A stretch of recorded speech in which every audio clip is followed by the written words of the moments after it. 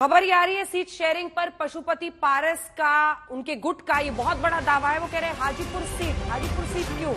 क्योंकि ये रामविलास पासवान की सीट थी और हाजीपुर सीट से पशुपति पारस ही चुनाव लड़ेंगे, ये वो दम भर रहे हैं। जबकि ये माना जा रहा था कि चिराग पासवान ने हाजीपुर पर ही सबसे पहले दावा ठोका है, क्योंकि ये उनके पिता की पारंपरिक सीट थी। पिछले चुनाव में पशुपति पारस को उन्होंने ये सीट दी थी और उसके बाद चाचा ने उनके साथ ही दगा कर दिया था, अलग हो गए थे।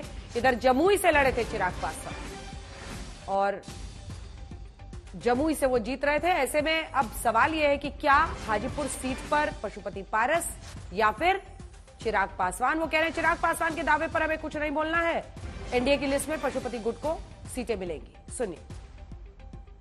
अब देखिए ना, हम अब अभी तो इस बात को जो होगा आपको शीघ्र ही बता दिया जाएगा। अभी तो कोई फैसला हुआ नहीं है। हाजीपुर से मौजूदा सांसद हैं पशुपति पारस, उधर दूसरी तरफ से दावा हो रहा है कि हाजीपुर सीट से भी हम लड़ेंगे, तो क्या कंटिन्यू करेंगे या फिर नहीं, दावे लोग कर रहे हैं।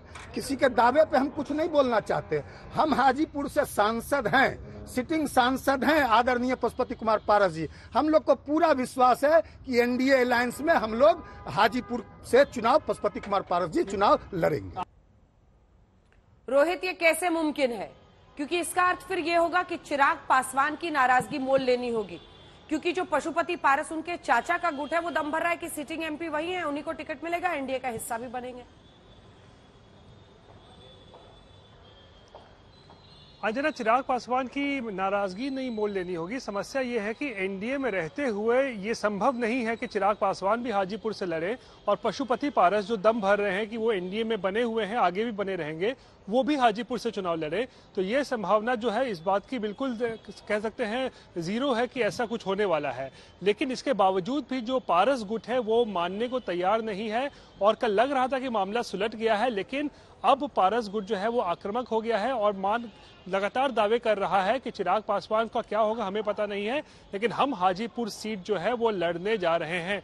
यानी कि चाचा भतीजे के बीच की जो ये जंग है, ये तकरार है, जो लग रहा था कल तक कि चलिए इस पर उसका कोई समझौता हो गया, ऐसा कोई निष्कर्ष निकला है, लेकिन ये मामला और पेचीदा होते जा रहा है। क्योंकि एनडीए में रहते हुए अगर पारस ये दम भर रहे हैं कि हाजीपुर सीट वो छोड़ेंगे नहीं और लड़ेंगे ही, और उधर चिराग पासवान का भी ये दावा है कि चिराग हाजीपुर से वो लड़ेंगे, तो ऐसे में अब बीजेपी के लिए बड़ी मुश्किल है कि क्या अब वो पारस को एनडीए में रहने देंगे या फिर उनको एनडीए से बाहर का रास्ता दिखाया जाएगा। ये पारस ने नहीं कहा है, उनके गुट के एक नेता ने ये कहा है। कितना सीरियसली इसे लेना है देखना होगा, इंतजार करना होगा। बताया जा रहा है अगले 48 घंटे में लिस्ट बाहर एनडीए की आ सकती है सीट शेयरिंग के फॉर्मूले के साथ बिहार के लिए।